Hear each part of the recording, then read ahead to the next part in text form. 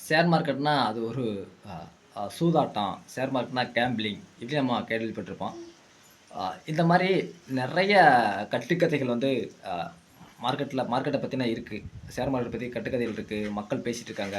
நம்மளும் அத நம்பிட்டு இருப்போம். இந்த மாரி நம்புறதுனால, நம்ம வந்து அ மார்க்கெட்டுக்கிட்ட நெருங்காம, மார்க்கெட்டுக்குள்ள என்ட்ரி அடிக்காம, நம்மளோட ஃபினான்ஷியலா அ அ ஸ்டெபிலிட்டி பண்ணாம ஒரு விஷயம் இருக்கிறது காரணம் அந்த கட்டுக்கதைய நம்புறனால, இந்த மாரி கட்டுக்கதை இருக்கிறதுனால அப்படி என்னென்ன கட்டுக்கதைகள் இருக்கு? நம்ம எதெல்லாம் நம்பிட்டு இருக்கிறோம் அப்படிங்கிறத அந்த வீடியோல நம்ம பார்க்க போறோம். ஷேர் மார்க்கெட்ல வந்து ஒரு ஒரு ஒரு கம்பெனியோட பிரைஸ் வந்து ரொம்ப கம்மியா இருக்கு அப்படின்னா, அது ரொம்ப சீப்பா கிடைச்சிருச்சு நமக்கு. ஆ இப்ப ரூ. 10 கிடைச்சிச்சு, ரூ. 20 கிடைச்சுன்னா ரொம்ப சீப்பா கிடைச்சிருச்சு அப்படிம்போம். அப்படின்னு மக்கள் நம்புறாங்க. அந்த மாரியா போய் வாங்குறாங்க.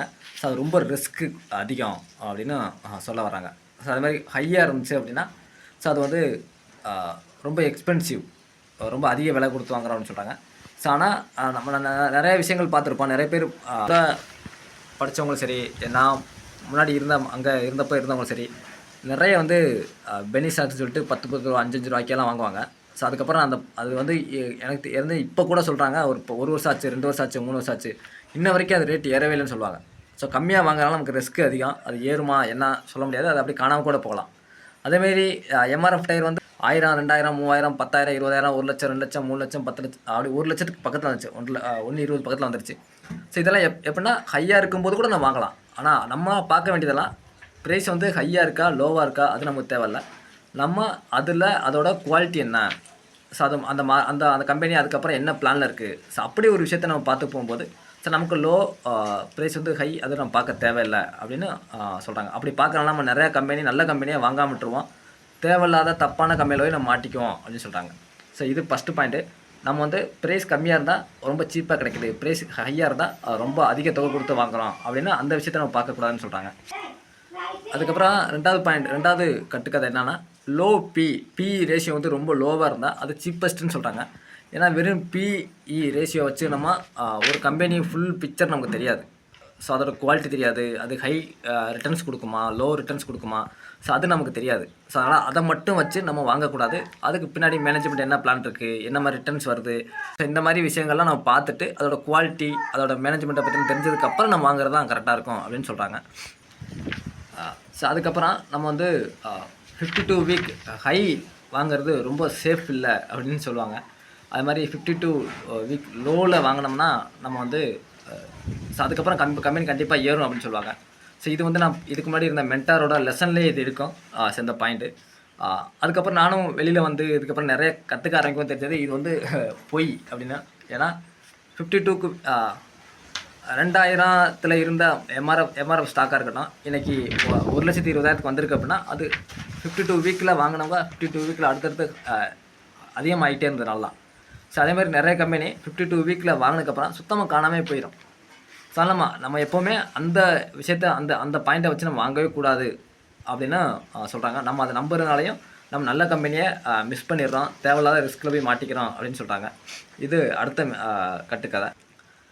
அடுத்து பார்த்தீங்க அப்படின்னா, நம்ம ஷேர் மார்க்கெட்ல இன்வெஸ்ட் பண்ணணும். ஷேர் மார்க்கெட்ல உள்ள என்ட்ரி அடிக்கணும்னா, நெறைய பணம் வேணும். நெறைய பணம் இருந்தா தான் சம்பாதிக்க முடியும் அப்படின்னு சொல்றாங்க. நெறைய பணம் இருக்கணும் கண்டிப்பா. ஆனா, நம்ம ஒரு ரூ. 10, ரூ. 20, ரூ. 50, ரூ. 100, ரூ. 1000, ரூ. 2000 அப்படி குறைய அமௌண்ட்லயே நம்ம இன்வெஸ்ட் பண்ண முடியும் அப்படிங்கிறது இருக்கு. அது தெரியாம யாருமே உள்ள வரமாட்டாங்க. இப்ப நான் முன்னாடி சொன்னேன் இல்லையா? என் ஸ்டூடண்ட் ஒருத்தவங்க வந்து வாரம் ரூ. 1000 இன்வெஸ்ட் பண்ணுவாங்க. ஒரு நாளைக்கு ரூ. 200 இன்வெஸ்ட் பண்ணுவாங்க. இதெல்லாம் நம்ம வந்து குறைய அமௌண்ட்லயே நம்ம இன்வெஸ்ட் பண்ண முடியும் அப்படிங்கிற ஒரு விஷயம் இருக்கு. தெரியாம நெறைய பேர் உள்ள என்ட்ரி அடிக்காம இருப்பாங்க. அது நம்ம பார்த்துட்டு நம்ம ஸ்டார்ட் பண்ண ஆரம்பிச்சிடலாம் இன்வெஸ்ட்மென்ட். அது மாரி இது லக்ல தான் இந்த ஷேர் மார்க்கெட் இருக்கு. அதில சம்பாதிச்சவங்க லக்ல சம்பாதிச்சுருக்காங்க அப்படின்னா, நம்ம வந்து இத பத்தி இத பத்தி ஸ்டடி பண்ணிட்டு, இத பத்தின தெரிஞ்சதுக்கு அப்புறம் நம்ம செலக்ட் பண்ணி வாங்கும்போது, கண்டிப்பா அங்க முழுக்க முழுக்க லாபம் மட்டும் தான் இருக்கு அப்படிங்கிறது நெறைய பேர் அத நிரூபிச்சிருக்காங்க. நம்ம லக்க மட்டும் நம்பணும்னு அவசியம் கிடையாது. இதுல லக் எதுவுமே கிடையாது அப்படிங்கிறது தான் இதுல அடுத்து மறைக்கப்படுற ஒரு உண்மை. அது நம்ம பார்த்துட்டு நம்ம நாலேட்ஜ் எடுத்துக்கிட்டு நம்ம ஸ்டார்ட் பண்ண ஆரம்பிக்கலாம். எப்ப ஆரம்பிச்சாலும். அது மாரி ஷேர் மார்க்கெட்னா உடனே ரிச்சா நம்ம குயிக்கா வந்து ரிச் ஆயிரலாம். குயிக்கா நம்ம பணக்காரன் ஆயிரலாம். குயிக்கா கோடீஸ்வரன் ஆயிரலாம் அப்படின்னு ஒரு விஷயம் இருக்கு.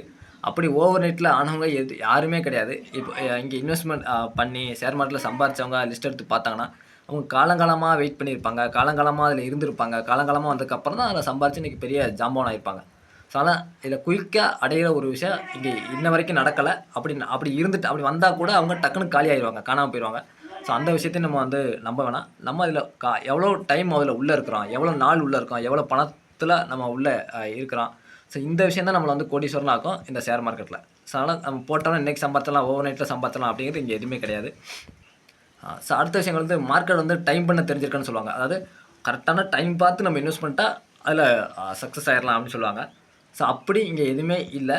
மார்க்கெட் வந்து இன்னும் 5 வருஷம் கழிச்சு 10 வருஷம் கழிச்சு அது சொல்லுது அதை வந்து கணிச்சு நான் வந்து இது ஃபியூச்சரில் இப்படி தான் இருக்கும் அப்படின்னு சொல்ல யாருமே இல்லை. ஸோ நிறைய பேர் நம்ம கேள்விப்பட்டிருக்கோம். நான் வந்து 18 வருஷத்துக்கு முன்னாடி இப்படி சொன்னேன், இன்றைக்கி இந்த கம்பெனி வரும்னு சொன்னேன், இது மாதிரி இன்றைக்கி வந்துருச்சு பாரு அப்படின்னு நிறைய பேர் சொல்லலாம். அவங்க ஒரு விஷயம் சொல்லி அது மாதிரி நடந்திருக்கும். ஆனால் அதுக்கப்புறம் 9 விஷயம் அங்கே வந்து கோட்டை விட்டுருப்பாங்க, சொன்னது நடக்காமல் போயிருக்கும்.